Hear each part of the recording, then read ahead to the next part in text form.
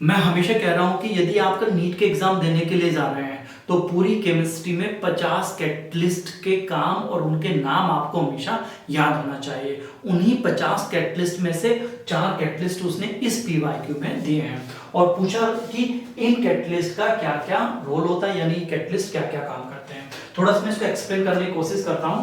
पहला कैटलिस्ट है V2O5। इसके बारे में उसने पूछा है ये कहां पर यूज होता है। एक्चुअली जब आप सल्फ्यूरिक एसिड को तैयार करते हैं तो सल्फ्यूरिक एसिड को तैयार करने में एक स्टेप आता है जहां पर सल्फर डाइऑक्साइड को सल्फर ट्राइऑक्साइड में कन्वर्ट करना होता है। ये बहुत इंपॉर्टेंट स्टेप आता है और इस स्टेप में ही V2O5 को हम as a hydrogenous catalyst use करते हैं और फाइनली जैसे सल्फर ट्राइऑक्साइड बनता है फिर इसको हम कन्वर्ट कर देते हैं सल्फ्यूरिक एसिड में। यानी मैं डायरेक्टली कहूं H2SO4 के प्रोडक्शन में इस कैटलिस्ट का यूज होता है।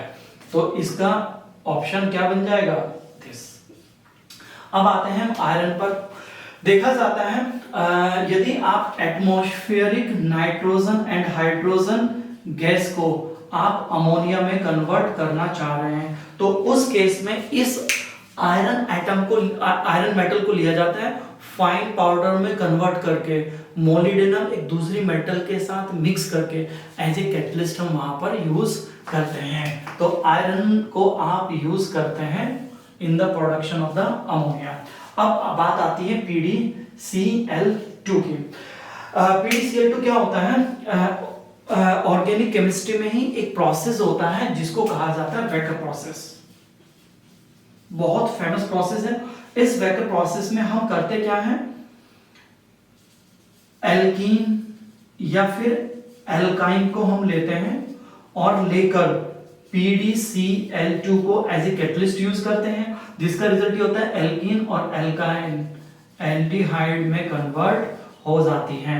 यानी एल्कीन या एल्काइन को एल्डिहाइड में यदि कन्वर्ट करना है तो वेकर प्रोसेस यूज करेंगे और उस वेकर प्रोसेस में जो कैटलिस्ट यूज होता है PDCl2 होता है।